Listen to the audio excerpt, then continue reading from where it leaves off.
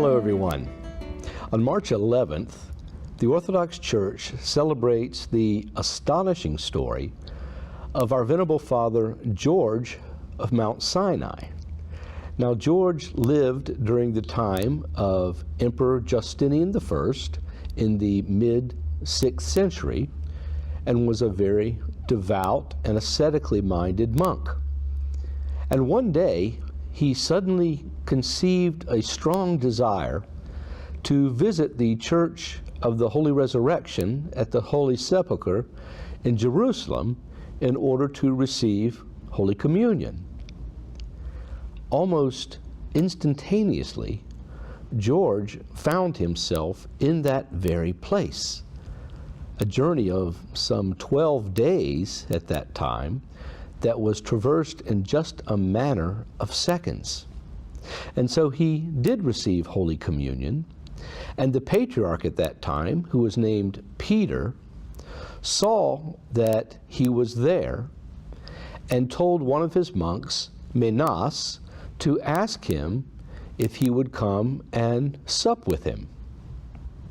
Well, George paid his respects there at the church, and just as suddenly he found himself back in Mount Sinai. Patriarch Peter was wondering where George was, and in fact was becoming a little irritated with his obstinacy at not showing up for supper. And so he tried to locate him, but was unable to do so.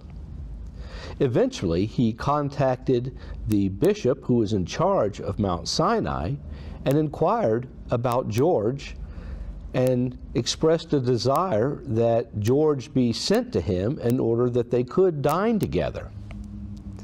Well, all of the brotherhood at Mount Sinai was simply astonished at this, because they all swore up and down with complete humility that in fact George had never left Mount Sinai, that he had been there the whole time.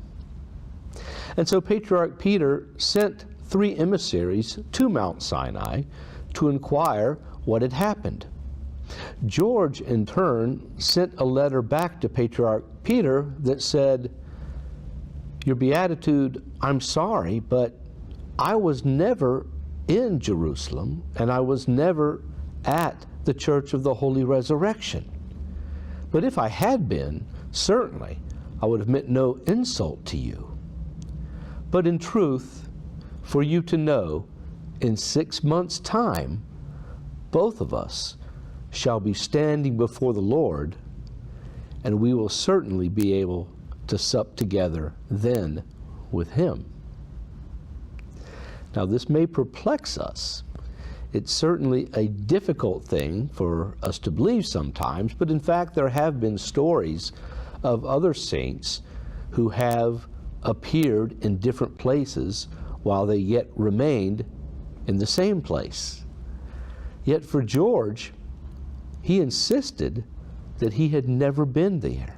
Yet we know that he did express a desire to be at the Church of the Holy Sepulchre, and that in fact he did go there to receive Holy Communion. Sometimes the mysteries of the saints are great indeed, and sometimes these things happen in order to instruct us of the wonders that God works in his saints.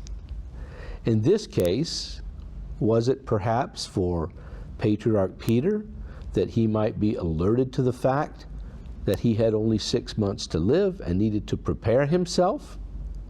Because George insisted that they would both be there before the Lord. What other types of instruction might we get from this? Because the brothers at the monastery were insistent that George had never left them.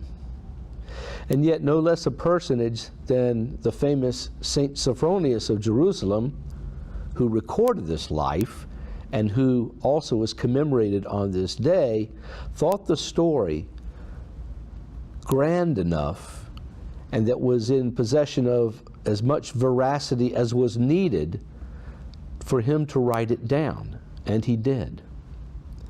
So may the Venerable George intercede for all of us in heaven, and may the Lord grant us to understand the miracles and wonders that are capable of those who agree with the Lord in prayer, asceticism, fasting, and attain high spiritual degrees, so that perhaps one day we too might be capable of such things. Bye-bye.